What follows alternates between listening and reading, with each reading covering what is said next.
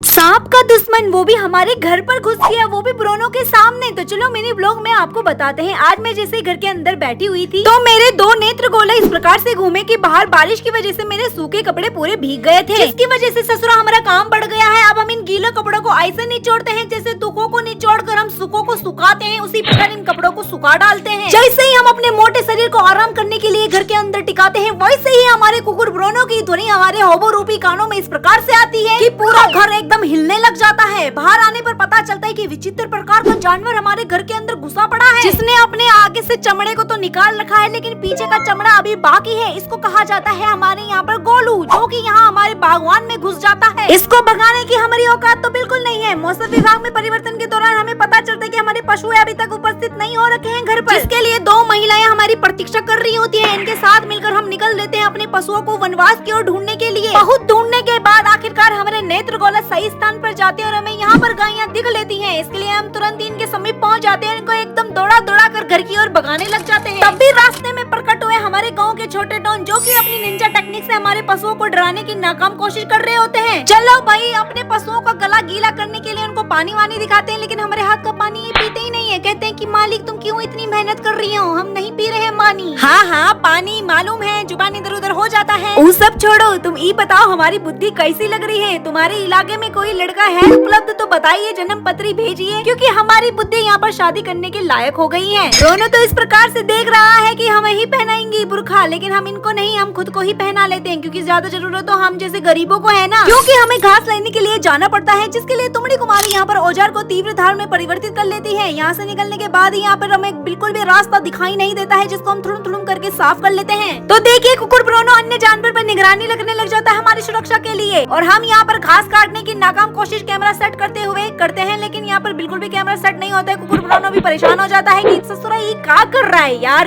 एक तो हम जानवर पर इसकी सुरक्षा की निगरानी रख रहे हैं, लेकिन ये तो यहाँ पर टाइम पास ही कर रहा है। यार ऐसे करते करते हमारे शरीर से पसीना ही बहने लग जाता है, हमको एकदम थकावट का एहसास होने लग जाता है। भले हमने घास काटा या ना हो, लेकिन वही काम हम दोबारा दोहराने लग जाते हैं। कैमरा को दोबारा लगाकर हम घास काटने की फिर भी एकदम क्या ही बोले, हम आलसपन शरीर को खिसकाने लग जाते हैं। लेकिन तभी हमें याद आता है कि कहीं तुमड़ी कुमारी पूरा घास काट कर भाग न जाए, 9 तो 11 ना हो जाए, इसलिए हम जल्दी से घास वास काट लेते हैं और तुरंत ही निकल लेते हैं। लेकिन खुशखबरी की बात ये है कि हम उनसे पहले काट लेते हैं।